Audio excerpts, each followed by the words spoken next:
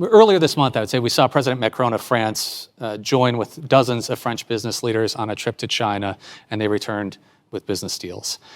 Last week, we saw President Lula of Brazil not only travel to China with dozens of Brazilian business leaders, but come back with deals, but also a unified opposition to U.S. trade and foreign policy as well. In addition to getting our fiscal house in order, what can Congress and policymakers do to help ensure the long-term competitiveness of the United States? Because what we're seeing is many countries and marketplaces not looking to the U.S. for those growth opportunities, but perhaps looking elsewhere. Look, I think it's a combination of economics and foreign policy. But we could take this current situation about the debt ceiling to actually solve part of that problem too. Because when I'm looking to solve the debt ceiling, when I say limit, save, and grow, the grow portion. We all know it's difficult in this nation to build anything. It's difficult to work with the government. Public-private partnerships. You really got to want to do it to be able to make it happen. And then people will stream some other countries that makes it easier and make it more welcoming for where capital can be. Why don't we take this current situation to sit down within both parties and not focus on party, but focus on country? And say, what could come out of here that would make America stronger, make it easier to produce in America? And that would be cutting some red tape, cutting some of the burdensome regulations, making some common sense decisions. And you can utilize the debt ceiling as the opportunity to do it. And you can build with our allies. The other thing, too, is we should actually enhance the things that God has blessed this nation with. Look, it doesn't matter what state you're in. Anywhere in this country, we need to expand every form of energy we have.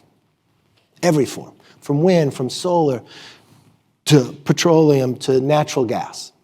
But God has blessed us with this. So not only could we lower our energy costs, which will lower inflation, lower the cost of goods, let families keep more money in their pocket, but geopolitically, we can make the world safer, and environmentally, we could lower global emissions.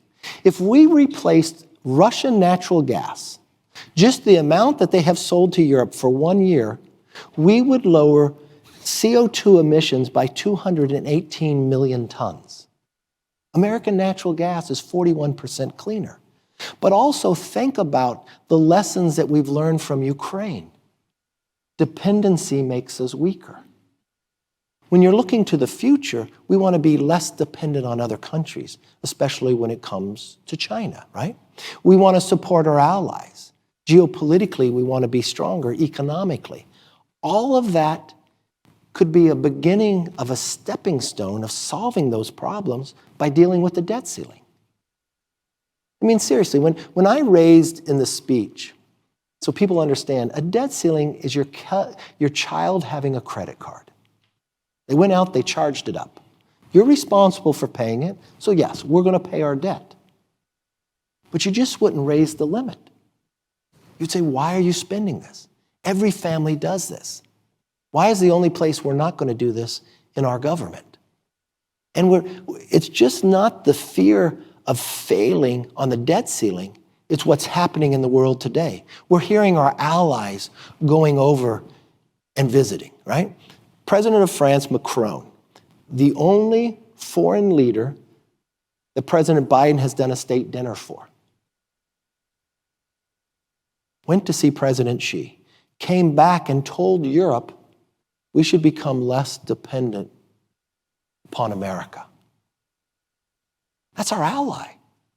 And the other fear we all should have as Americans in studying history, the grouping and the growth of China, Russia, North Korea, and Iran, literally calling themselves an axis of power. We should not ignore that. The movement away from the dollar. But the one thing I will tell you, the only way the dollar fails become the world currency is not what China or other countries do. It's what we do from within. And spending too much money, putting ourselves in $31 trillion of debt is a greater threat than Brazil using the yuan than the dollar. And we solve our problems not looking other places, but looking within first. My speech today wasn't to criticize and say one side's right, the other side's wrong. It was to tell the rest of this country that we're about to hit a debt ceiling. I've been trying to come to an agreement, but the president doesn't even want to talk. And our whole government is designed to find compromise. And we've got our rest of our allies looking different. We've got big problems. But I still believe this. The greatest nation in the world is here. The greatest form of government is here.